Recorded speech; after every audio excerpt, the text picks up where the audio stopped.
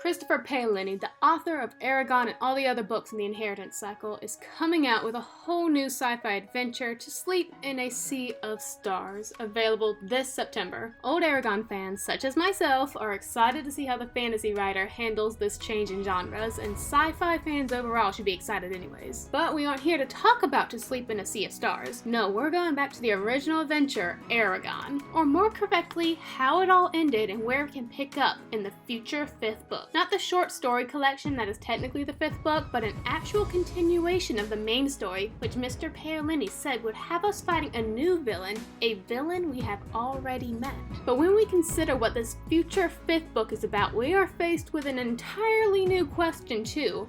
Who will the book be about? Who will be the main character? Because we have some obvious problems for those who have read the entire series. We have a problem, but it's a spoilery problem, so spoiler warning ahead for the Inheritance ending as we talk about how we can solve the Eragon problem with a bit of legend found in Eldest. Welcome, spoiler people and dragon writing fam. You know the issue we face. Will Eragon be a character in book 5? And if he is, how will he be incorporated into the story since he is so far away? From the very first book, while Eragon and the grizzled storyteller Brahm are on the hunt for the Razak, the king's servants and deadly creatures that murdered Eragon's uncle, we come upon a city by the sea called Tarim. At least that's how I think it's pronounced. Here we meet the series' undoubtedly most interesting and weirdest character, Angela the Herbalist, a witch and more importantly for this theory, a fortune teller. While wandering the city alone one day, Eragon has his future predicted by the herbalist using items that are said to never lie, to never be wrong, the knuckle bones of a dragon. It is in this reading that Eragon learns that he is doomed to leave Alagaesia forever and never return. Throughout the rest of this series, we hear whispers of this prophecy repeatedly,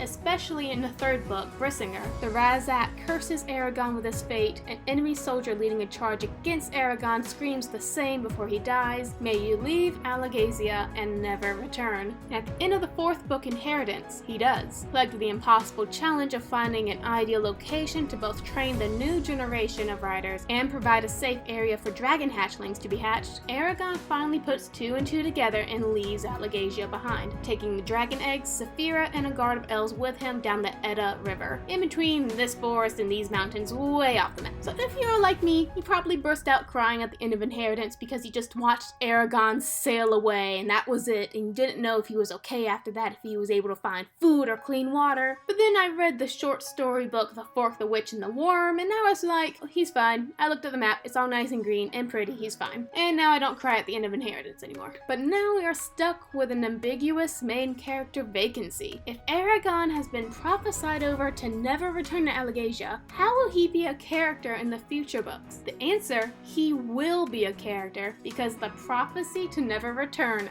doesn't matter. And the answer to why this is in Eldest. Let's rewind. In the chapter, Down the Rushing Mirwash, Eragon and Arya are sailing down a river in order to travel to the elf city of Elismera. Also, side note, what the heck is a Mirwash? Anyways, Eragon and Arya are discussing the matter of her imprisonment that took place back in the 1st book, a predicament that Eragon was able to see and rescue her from through visions and dreams. Eragon mentioned that perhaps he was able to see her subconsciously through the act of scrying. Arya says it couldn't be so because scrying requires you to have seen both the person and location before you can envision them and scry them, and asserts that it must have been a premonition. I quote, "It must be a premonition. They have been known to occur throughout the sentient races, but especially among magic users." Eragon clutched the netting around a bundle of supplies as the raft lurched. "If what I saw will come to pass, then how can we change anything that happens?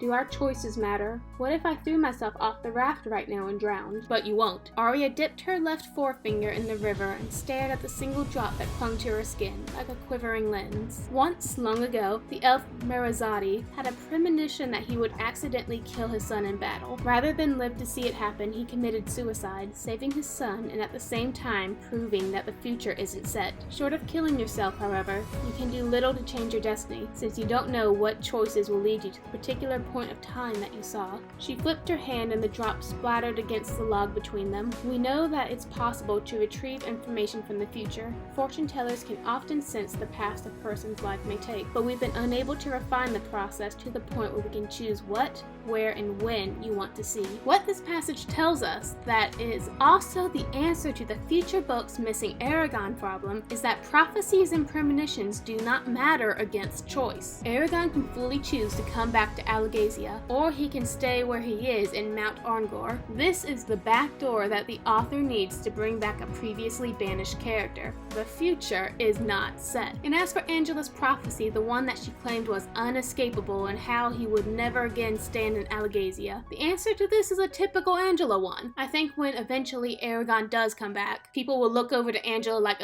what the heck, explain this. And she would say something witty like, well, why did y'all even listen to me in the first place? I'm just a doddering old woman. So there we have it, what I like to call the back door to the problem of our missing Eragon. Of course, we could have an all-new cast of characters in future books, and everything will work fine, although if Murtagh ain't in it, I'm going to riot. But just in case Eragon pops back up, this would provide a logical, in-canon reason why.